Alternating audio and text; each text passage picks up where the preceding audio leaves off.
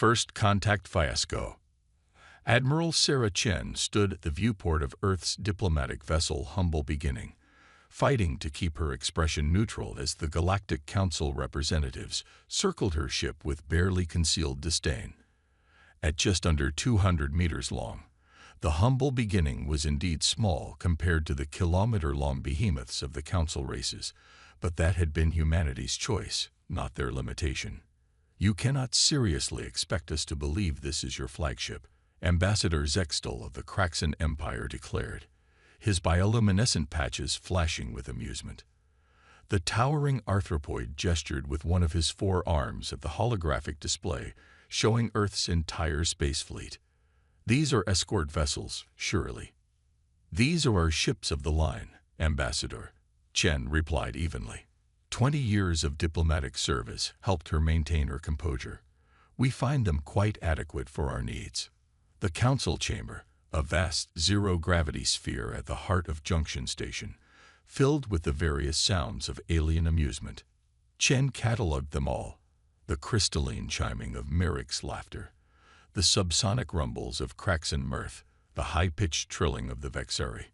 Only the Athid representative remained silent, their compound eyes studying the human ships with unnerving intensity. "Adequate."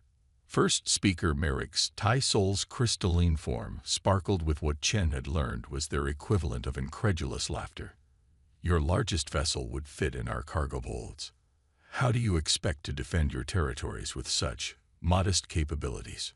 Chen shared a knowing look with her XO, Commander David Patel, who stood quietly at her side. They'd expected this reaction. After all, humanity had spent the last 50 years watching the galaxy, learning, before making first contact. They knew how the Council races thought.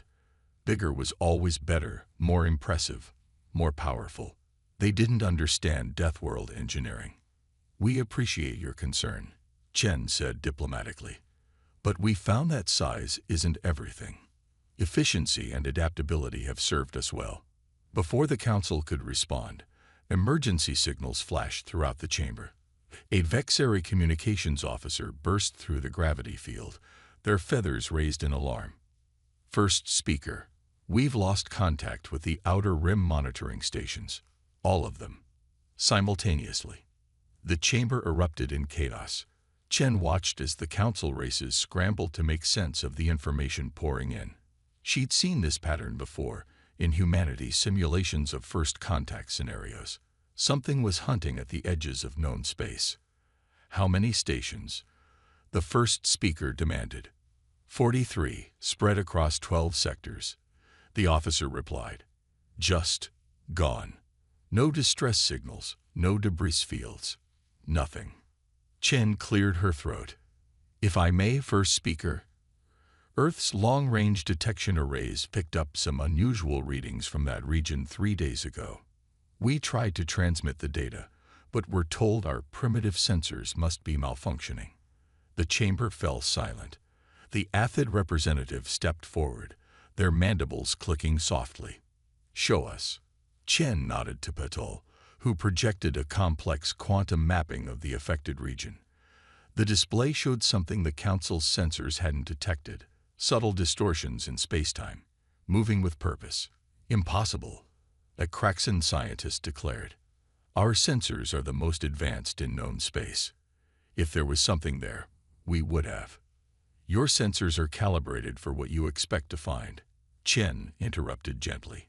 "Coming from a death world, humans tend to look for what we hope isn't there." The first speaker's crystalline surface clouded with concern. "You believe you know what this is?" "Not exactly," Chen admitted. "But we recognize the pattern. It's hunting behavior. Whatever it is, it's intelligent. It's careful, and it's testing defenses. Those stations weren't randomly chosen. They represent key points in your early warning network." "And how would you know that?" Ambassador Zextal demanded. "Because it's what we would look for if we were planning an invasion," Paddle spoke up for the first time. "High-value, low-risk targets that blind your enemy without revealing your full capabilities." The Council chamber erupted in outraged protests. But Chen noticed the Athid representative moving closer to Earth's delegation. "You speak from experience," they observed quietly. Chen nodded. Earth's history is full of examples where a technologically inferior force defeated a superior one through careful strategy and unconventional tactics. We had to become very good at thinking like predators to survive our world. And right now, all my instincts are saying there's a predator testing the galaxy's defenses. And your small ships. The Athid's compound eyes flickered with interest. There is more to them than appears. Chen allowed herself a small smile. Let's just say that humanity learned long ago that it's not the size of the ship that matters. It's how cleverly you use it. As if to punctuate her words, another alert filled the chamber. 3 more sectors had gone dark. The first speaker's voice cut through the panic. "Admiral Chen, perhaps we should discuss your experiences with predators in more detail." "Of course," Chen replied, watching as the council races finally began to understand that their mighty vessels and advanced sensors meant nothing against an enemy that thought like a hunter. "But first, let me tell you why humans build small ships and what that tells you about how we fight." The Silent Hunter. 2 weeks after the initial disappearances, Admiral Chen watched the Council's massive war fleets patrol the Outer Rim with all the subtlety of thundering herds. Their enormous ships blazed with energy signatures, active sensors prodding every sector of space, while Earth's small flotilla hung quiet in the darkness, waiting. "They're still broadcasting on all frequencies," Commander Paddle remarked from his station aboard the Humble Beginning. "Might as well put up a sign saying, 'Here we are. Come eat us.'" "Old habits die hard," Chen replied, studying the tactical display. The Council races had deployed their most powerful vessels, huge, gleaming machines of war that could supposedly stand toe-to-toe with anything in the galaxy. But they were looking for something that fought like them. And that was their first mistake. The Humble Beginning's passive sensors picked up the distortion before any of the Council's active arrays detected it. A subtle ripple in space-time, almost like watching heat waves rise from hot pavement. Chen had seen something similar in the deep oceans of Earth, where predatory fish used light and pressure distortions to conceal their approach. "Contact," her sensor officer whispered. "Bearing 037, moving parallel to the Kraxan defense line." "They don't see it." Chen opened a channel to the Council flagship. "First speaker, be advised we're tracking an anomaly near your 3rd battle group. Recommend immediate shutdown of active sensors and power reduction across all vessels." "Preposterous," came the reply from Admiral Zextal, who'd taken personal command of the Kraxan forces. "Our sensors show nothing but normal space. Besides, powering down would leave us blind and defenseless. Your active sensors are creating a background noise that's masking their approach," Chen insisted. "They're using your own energy emissions too." The Kraxan's 3rd battle group vanished, not with a bang, not with a flash of weapons fire, but with a silence so profound it felt like a physical blow. One moment, 15 ships and their crews were there. The next, they simply ceased to exist, leaving behind nothing but rapidly dissipating energy readings that Chen's sensors barely caught. "All Council vessels, emergency protocol Sierra Hotel Alpha." Chen barked into the comm. "Cut power. Now." Perhaps it was the shock of losing 15 ships without a shot being fired, or maybe some of them had finally started to understand. But this time the Council ships obeyed. One by one, the massive vessels went dark, their energy signatures dropping to minimal levels. In the sudden electronic silence, they all saw it. The thing that moved through their defense line was vast, but not in the way Council ships were vast. It seemed to exist in layers, each one slightly out of phase with normal spacetime. It didn't so much fly as flow, like oil through water, leaving behind distortions that hurt the eyes to look at. "By the first egg," someone whispered on the open channel. "What is it?" "A hunter," Chen replied softly, watching as her crew implemented the protocols they'd drilled for years. "One that's evolved beyond our understanding of physics. Notice how it moves. It's not using our kind of propulsion. It's manipulating the space around it. Then we're defenseless. Admiral Zextel's voice had lost its usual arrogance. If it can manipulate space itself. No, Chen interrupted. We're not defenseless. We're just fighting it the wrong way. She opened a channel to her small fleet. All Earth vessels implement Mongoose Protocol. Patel allowed himself a grim smile. They're going to think we're insane. They already think that, Chen replied. Helm, take us in. Nice and quiet. The Humble Beginning and her sister ships began to move, but not like conventional vessels. Instead of lighting up their main drives, they used short, precise bursts from maneuvering thrusters, mimicking the movement of debris. Their hulls, designed to absorb rather than reflect energy, made them nearly invisible against the backdrop of space. Admiral Chen, the first speaker's voice, held a note of panic. What are you doing? Has anyone in the council ever heard of a mongoose? Chen asked conversationally, as her ships continued their subtle approach toward the massive hunter. Small Earth predator. Hunts snakes much larger than itself. The trick isn't to overpower your larger enemy. It's to be faster, smarter, and willing to do something they'd never expect. The hunter was moving again, flowing toward another group of council ships that had powered down too late. But this time, something caught its attention. It paused, rippling in space as it sensed the small Earth ships approaching from multiple vectors. Now, Chen ordered. Earth's ships didn't power up their weapons. They didn't need to. Instead, they fired what appeared to be simple probes, hundreds of them, surrounding the hunter in a three-dimensional grid. Each probe activated, creating a localized field that did one simple thing. It enforced normal space-time physics within its radius. The hunter's layered existence suddenly slammed into normal space. Its impossible geometries tried to exist in dimensions that were no longer accessible. The result was like watching a soap bubble pop in slow motion, as the entity was forced to exist in only 4 dimensions. All ships, pattern Delta, Chen commanded. Now Earth's vessels revealed their true nature. What had appeared to be simple hull plating reconfigured itself, revealing weapons specifically designed to attack targets in normal space. The hunter, trapped in a grid of localized physics, found itself facing opponents that had studied Earth's most dangerous predators for millennia. Impossible. Admiral Zextel breathed as he watched the small Earth ships execute a coordinated attack that looked more like a pack of wolves bringing down larger prey than a space battle. Those weapons, their phase-shifted quantum torpedoes. The power requirements alone are quite reasonable when you don't waste energy on making your ships unnecessarily large, Chen replied calmly. Humans learned long ago that efficiency trumps raw power. Our ships are small because every cubic meter has a purpose. No wasted space, no redundant systems, no concern for looking impressive. Just pure functionality. The hunter tried to fight back, but it was like watching a 4-dimensional being try to swim through 2-dimensional space. Earth's ships darted in and out, their attacks coordinated with inhuman precision, each strike targeting what their sensors identified as critical points in the entity's structure. When it was over, the hunter did not explode. It simply came apart, its impossible geometry dissolving into normal spacetime, leaving behind readings that would keep scientists busy for decades.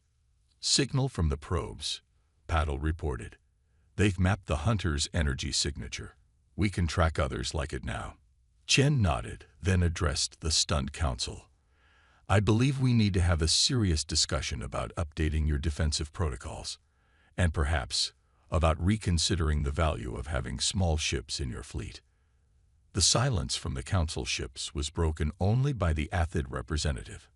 I believe, Admiral Chen, that we have much to learn about the advantages of thinking small. Deathworld tactics. The Council's war room aboard Junction Station had changed dramatically in the month since the first Hunter's defeat. Gone were the grandiose holographic displays showing the mighty Council fleets. Instead, the walls were covered with Earth-style tactical maps, showing patrol patterns inspired by wolf pack hunting behaviors. Another one neutralized in the Carina sector, Commander Puddle reported, updating the tactical display. Little red dots marked confirmed hunter kills, forming a pattern that was becoming clearer with each engagement. That makes 7 in total. 8. Admiral Chen corrected, studying the map. The Athid just reported success with their new hybrid fleet. The Athid had been the first to adopt Earth's tactics, retrofitting their smallest vessels with human design systems. Their success had sent shockwaves through the Council. Now, other races were scrambling to follow suit, though many still resisted the idea of diminishing their mighty warships. Admiral Chen, first speaker Merrick's Tai Sol's crystalline form approach, accompanied by Admiral Zextal. We've reviewed the combat data from the last 3 encounters. There's something we don't understand. Only 3 things. Patil muttered under his breath, earning a subtle smile from Chen. Your ships, Zextal began, his bioluminescence pulsing with confusion. The power readings make no sense. You're generating weapon yields that should require engines 10 times your size. It defies basic physics.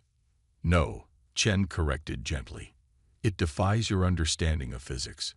Tell me, Admiral, why do your ships have such massive engine sections? To generate the power needed for our weapons and shields, obviously, he replied. The energy requirements are based on brute force approaches, Chen interrupted. You're trying to overpower physics. We learned to work with it instead. She gestured to a hologram of a standard Earth vessel. Notice how our engine design differs from yours. You use massive reaction chambers to force energy conversion. We use layered fields to catalyze it instead. Less power required, more efficient output. Impossible. A Kraxan engineer protested. The containment fields alone would be unstable in your designs. Pahil agreed. Because you're thinking in terms of holding something back. We think in terms of directing flow. Chen pulled up a comparison display. Look at your engine design. All that power, held in by brute force. Now, look at ours. See how the fields interlock. It's like the difference between trying to stop a river with a dam versus directing it through channels. A Deathworld principle. The Athid representative clicked thoughtfully. On hostile worlds, those who fight their environment die. Those who learn to work with it survive. Exactly, Chen nodded. Humanity learned that lesson through millions of years of evolution. Every time we tried to overpower nature, we failed. When we learned to work with natural forces, to redirect them instead of fighting them, we thrived. An alert sounded, interrupting the discussion. 3 hunters had appeared in the Orient sector, moving with purpose toward populated systems. Perfect timing for a demonstration, Chen said. First speaker, with your permission, I'd like to show you exactly how Deathworld tactics work against superior forces. The council members followed her to the Tactical Control Center, where she quickly laid out a battle plan that made several admirals visibly uncomfortable. You want to use our primary defense fleet as bait. Zextal's bioluminescence flashed with alarm. I want to use their expectations against them, Chen corrected. Your big ships make perfect targets. They'll sense all that power and come to investigate. Meanwhile, she gestured to where Earth's ships and the new Athid hybrid vessels were moving into position, running dark. The mongoose hunts the snake. The Athid representative clicked in understanding. The battle that followed would be studied in war colleges across the galaxy for centuries to come. The Council's massive ships, running at full power, drew the hunters exactly as planned. But instead of the easy prey they expected, they found themselves engaged in a dance of death with opponents they could barely detect. Earth's ships moved like marine predators, using the gravity wells of nearby planets and stars to slingshot into attack positions. The Athid vessels, learning quickly, mimicked their tactics. Together, they demonstrated warfare that looked more like a coordinated predator pack than traditional space combat. Remarkable. First speaker Merrick's Tai Sol observed as the last hunter dissolved under the combined attack. Your ships aren't just small to be efficient. They're small because it makes them better hunters. Size is rarely an advantage in nature, Chen explained. The most successful predators are usually smaller than their prey. They succeed through speed, agility, and intelligence. A lesson we're learning well, the Athid representative added. Our new hybrid fleet has proven more effective than our entire traditional navy. The tactical display updated, showing more hunter signatures appearing at the galaxy's edge. But now, instead of panic, the Council races watched with growing confidence as Earth's doctrine spread through their combined fleets. They're still coming, Zextal observed, his earlier disdain replaced with grudging respect. But they're no longer finding the easy prey they expected. No, Chen agreed, watching as more Council races began adopting Earth's tactics. Instead, they're learning what every predator that challenged Earth eventually learned. And what is that? The first speaker asked. Sometimes the smallest predators are the most dangerous. Chen smiled as she watched another hunter signature wink out under attack from ships a fraction of its size, especially when they hunt in packs. The hunter becomes hunted. The hunters had made a fatal mistake. Like so many apex predators before them, they'd failed to recognize when their prey had learned to fight back. They're changing their patterns, Commander Patel observed, tracking multiple hunter signatures across the galactic map. No more isolated attacks. They're gathering in groups. Admiral Chen nodded, watching as red dots converged into clusters. After 3 months of losses, the hunters had finally adapted their strategy. Unfortunately for them, this was exactly what Earth's tactical AI had predicted. They're learning, she agreed, but they're learning the wrong lessons. First speaker, are the combined fleets in position? First speaker Merrick's Ty-Sol's crystalline form glittered with anticipation. All ships report ready. Though I must admit, many still question this strategy, deliberately opening holes in our defense line seems counterintuitive. The best trap is one the prey thinks they've discovered for themselves, Chen quoted, an old Earth saying from when we were still hunting on the savannas. The tactical display showed the fruits of 3 months' hard work. The Council races had transformed their fleets, incorporating Earth's principles of efficiency and stealth. Even the Kraxon, the last holdouts of the bigger is better philosophy, had retrofitted their smallest vessels with human-designed systems. Multiple hunter groups moving through sectors 7 through 12, a sensor operator reported. They're taking the bait. Chen allowed herself a small smile. The hunters had noticed the apparent gaps in the defense grid, gaps that had been carefully crafted to look like mistakes made by overconfident defenders. Just like clockwork, Patel murmured, predictable as a shark scenting blood. The hunters moved exactly as expected, their groups flowing through the seemingly undefended corridors of space. Their confidence was evident in their movement patterns. No more cautious probing, no more testing of defenses. They thought they'd found weakness. All ships, execute Operation Mongoose Prime, Chen commanded. Across 12 sectors of space, hundreds of small ships emerged from their hiding places in asteroid fields, planetary rings, and the shadow zones of gas giants. Earth vessels, Athid hybrids, and converted Council ships moved in perfect coordination, their patterns mimicking the hunting strategies of Earth's pack predators. By the first egg, Admiral Zextal breathed, watching the trap close. How long have they been waiting there? Some for weeks, Chen replied casually. When you don't waste power on massive engines and unnecessary systems, you can run silent for a very long time. The hunters found themselves surrounded by ships they couldn't detect until it was too late. The small vessels attacked from all angles, their coordinated strikes forcing the hunters into normal spacetime where they could be engaged. Look at their response, the Athid representative clicked excitedly. They're trying to form defensive formations. They've never had to defend themselves before. It was true. The hunters' attempts to protect themselves revealed their inexperience as prey. They clustered together, making themselves easier targets. They tried to use their space warping abilities defensively, but this only made them more vulnerable to Earth's phase-locked weapons. Combat data is fascinating, Paddle reported.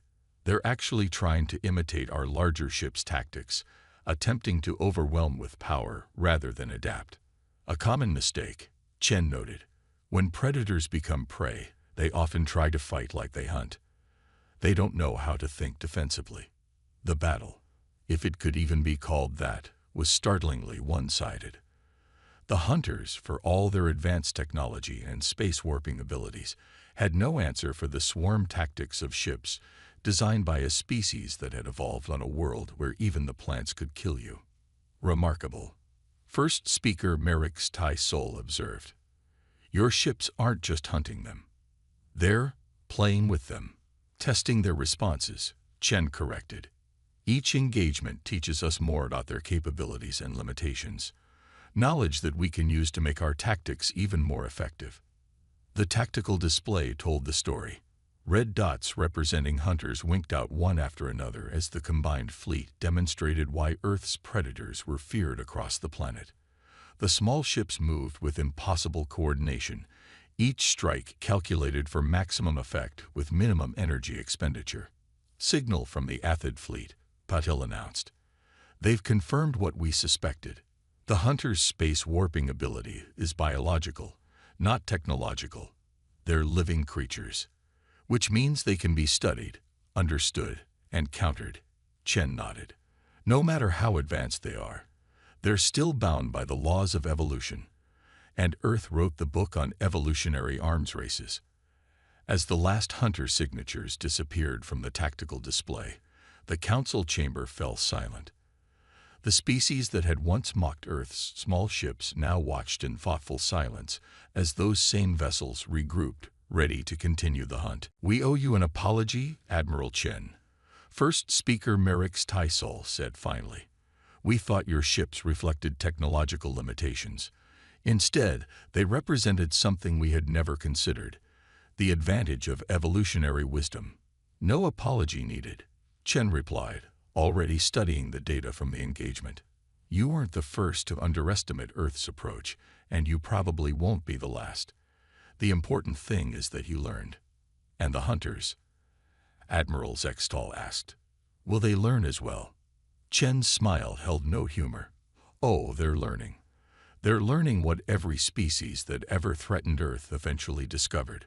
When you hunt Deathworlders, you'd better kill them all in the first strike. Because if you don't, she gestured at the tactical display, where Earth's ships and their allies were already moving to new hunting grounds. You just might find yourself becoming the prey. Respect the small. 6 months after first contact, the Galactic Council's emergency session had a very different atmosphere than their first meeting with humanity. Gone were the dismissive glances and barely concealed mockery. Now, when Admiral Chen stood before the council, she faced a chamber filled with respect, and not a small amount of fear. The last hunter group was eliminated in the Perseus Arm yesterday, she reported, updating the tactical display one final time. Long-range scans show no more spatial distortions matching their signatures. It appears they've learned their lesson. Learned their lesson. A young Kraxan diplomat scoffed. We destroy them. No, Chen corrected firmly. We taught them something about galactic ecology. They left because they recognized they were no longer apex predators in this space. The Athid representative clicked in agreement.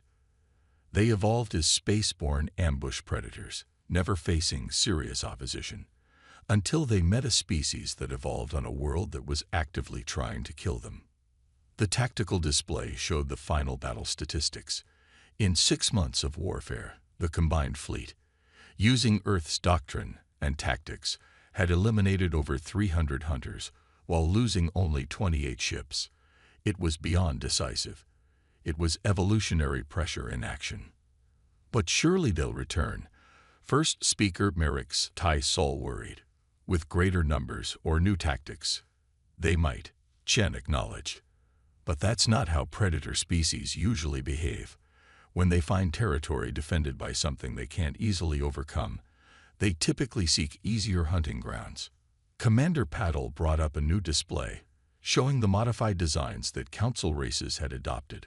Besides, if they do return, they'll find a very different galaxy. Your fleets have evolved. It was true. The council races had transformed their naval doctrine. The massive dreadnoughts weren't gone entirely, but they'd been repurposed as mobile bases for swarms of smaller, more efficient vessels, ships that thought like predators rather than targets. We've learned more than just warfare from you, the Athid representative noted. The principles you've shown us: efficiency over size, adaptation over brute force. They're changing how we approach everything from ship design to colony planning. Which brings us to the purpose of this session. First Speaker Merrick's Ty-Sol announced, the Council has voted to establish a new position, Strategic Evolution Advisory, and we would like Earth to take the lead role. Chen raised an eyebrow. You want us to help guide the military development of the Council races. Not just military, the first speaker's crystalline form sparkled. We've come to realize that your Deathworld perspective offers insights we never considered. Your ships were just the beginning. The chamber's holographic display shifted, showing various council projects already implementing Earth's principles. Space stations redesigned for efficiency rather than grandeur. Colonial outposts built to work with their environments instead of dominating them. Defense systems that thought like predators instead of walls. You've started an evolution, Admiral Zextal admitted, his bioluminescence patterns showing sincere respect.